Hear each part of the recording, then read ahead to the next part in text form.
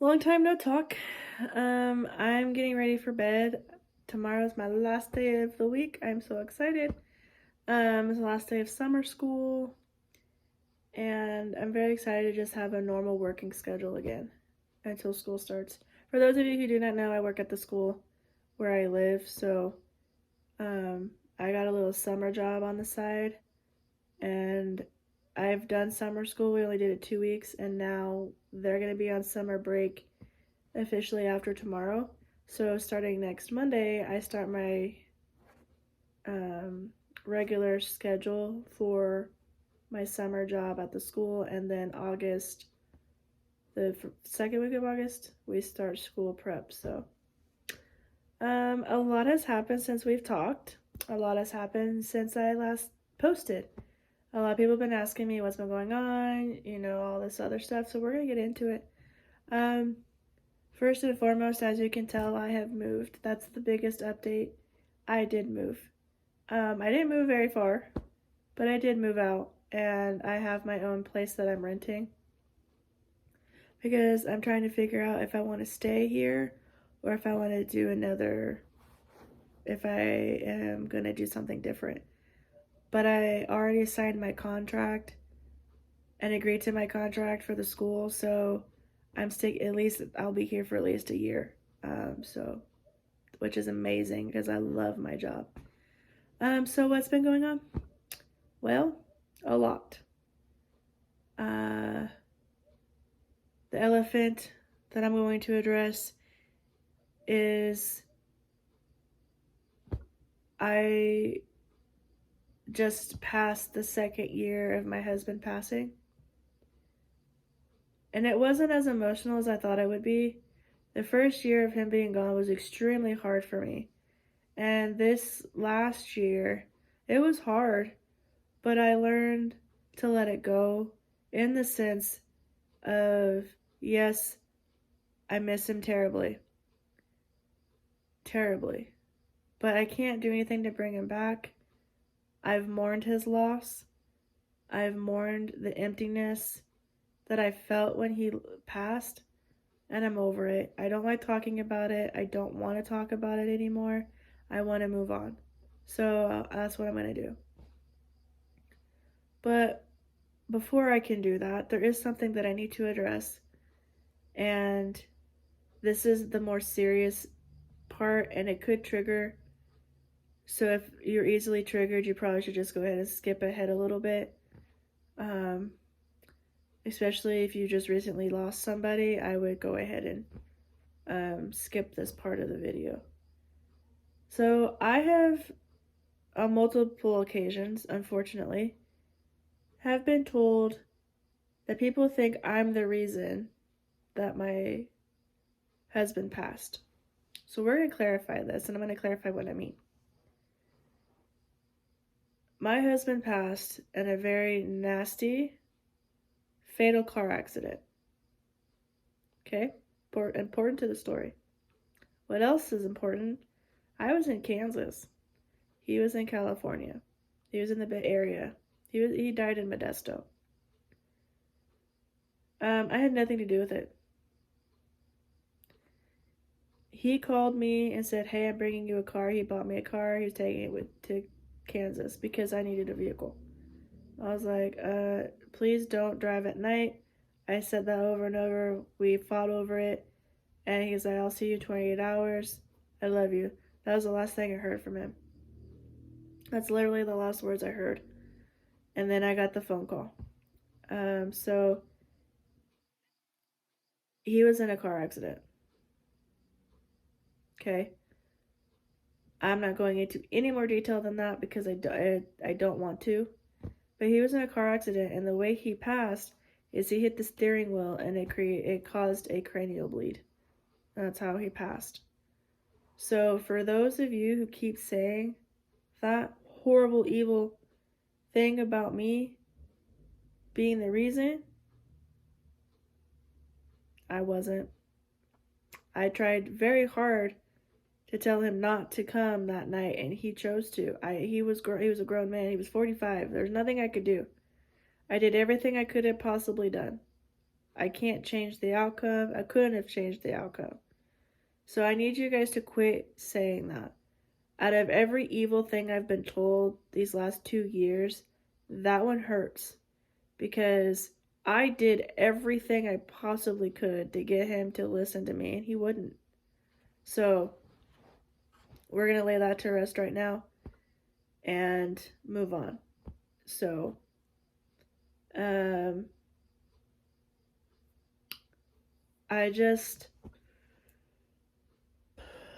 just hard because people think that they know my life and they don't know everything. They know bits and pieces, but they don't know the full story. And I don't talk about it because it's nobody's business. So you can make any assumption you want about me, but 99.999% of it's not even true.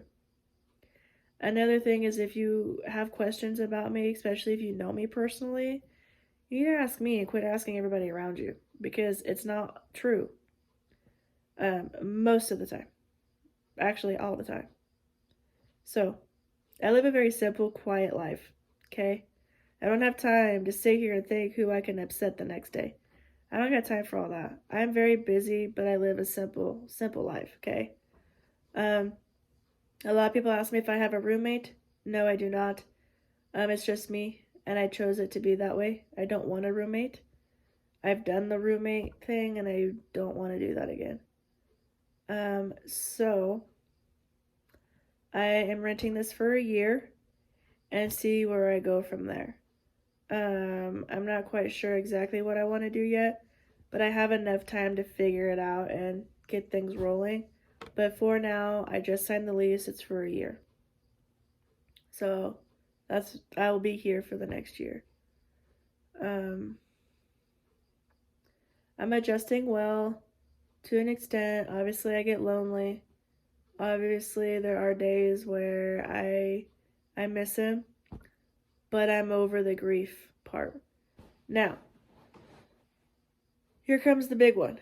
All the trauma and slash drama that I've dealt with. Yeah, so I'm over it. Of everything. I am over the drama. I am over the toxicity. This is in general. I am tired of constantly having to justify everything I do. I'm tired of being talked about and yet nobody will ask me, because that would be the right thing to do. And then people wonder why I get upset. I know, right? So, I took myself out of many situations for my mental health. Now, whether you believe me or not that I have high anxiety and I'm a high functioning person with anxiety is irrelevant because you're not the one that deals with it. You're not the one that has to, figure things out the way that I do. So your opinion doesn't matter. Okay? So you can think what you want. I don't care. I'm the one dealing with it. A lot of it stems from loss. I still grieve, but it's nowhere near where it was when I initially lost my husband.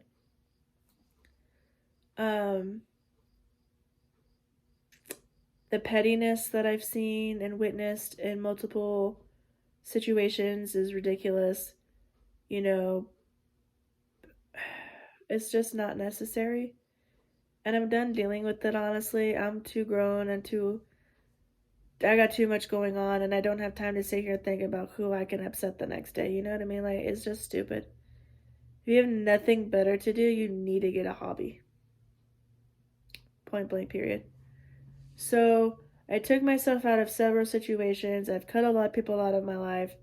I've done a lot of self healing, I'm more self aware. I'm a big advocate for myself.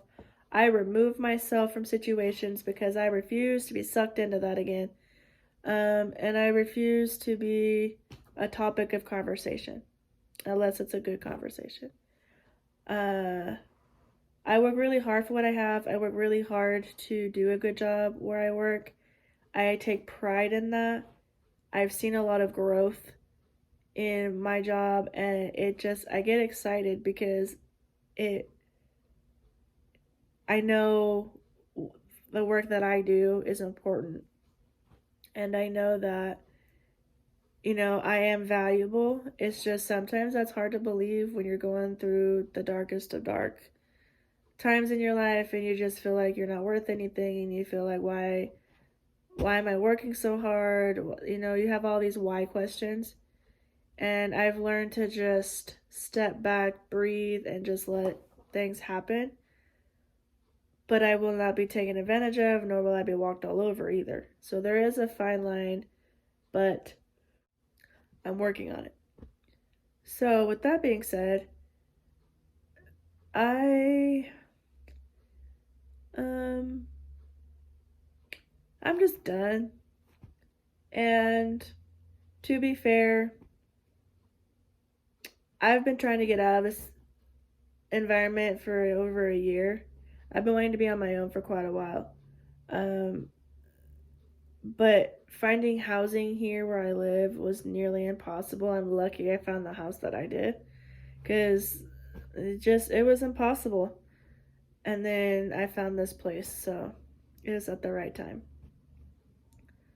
So, I figured a lot of people would be happy for me, and they are.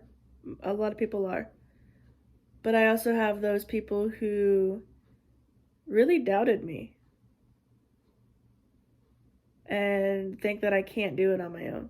Well, I'm not asking for help. I never did. And I don't need your help. I don't want it. So I'm good. We're going to leave it at that. You can doubt me all you want. But at the end of the day, I know what I'm capable of. I know the goals that I have for myself, and I know I'm going to achieve them. And I don't need help doing it. When I do need help, I will ask, and I won't be an inconvenience to anybody. Um, you know, being told all of the negative things that I've been told in the last year, it really did mess with me. It messed with my head. And it made me feel like I was worth nothing when I know that's not true. I know full well otherwise. And I'm just gonna keep going.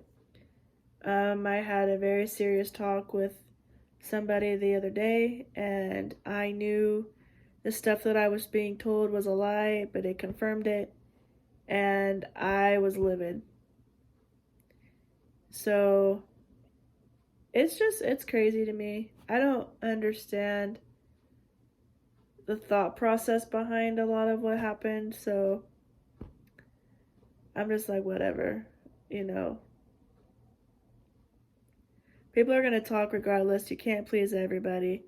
You have to fight for yourself. You need to be an advocate for yourself. You need to listen to your intuition and don't go into situations where you feel extremely uncomfortable and don't settle. I settled for a very long time in good ways and in bad ways, and I'm done doing that. So, um, I just want to be happy. I just want peace. That's all I want. So, I'm going to do that. Now, I wish I could come on here and be like, oh, everything's okay. Everything's like cupcakes and rainbows. No. It's been a very rough journey to even get here. And it's been rough, and it's going to be rough for a while. But I would rather deal with what I'm dealing with right now than what I was dealing with. Pure, plain, simple on that one. Because I'm tired of being torn down and then I can't defend myself. It was just a toxic environment. And I refuse to be in one. So, you know, you just get tired of it. And eventually your body tends to like tell you, hey, wake up, we're not okay. And so I did. And I'm not here to prove anything. I'm not here to justify any of my actions. It means nothing, to be honest with you. And I'm very over it, to be honest. Extremely over it. So, moving forward, I have a lot of videos I want to do. I'm still working on internet. There's so much drama with that right now. I'm working on it. So, I probably will film in bulk, edit the videos, and then schedule posting so that you guys have content while I'm filming and you won't run out of content until I get Wi-Fi and I can be current. That's how we're gonna have to do it. It's just the way that it is for right now. So moving forward, I've got like weight loss, day in a life. Like I have so many videos I want to do. So slowly but surely we're gonna get there. Now, moving forward, I don't want to talk about my loss. I just don't want to talk about it anymore.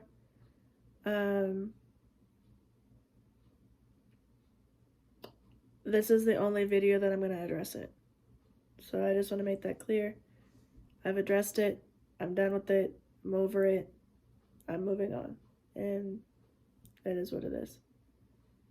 So the one thing I'm going to say before I go, because it's getting late and I have to work tomorrow, and I'm extremely tired and I got to wash my face, is if you are a widow like I am and you're feeling a lot of negative emotion, it's normal. But it does get better. It takes a lot of time. There is no time limit, no time frame where you have to be perfectly okay within a year. It doesn't work like that.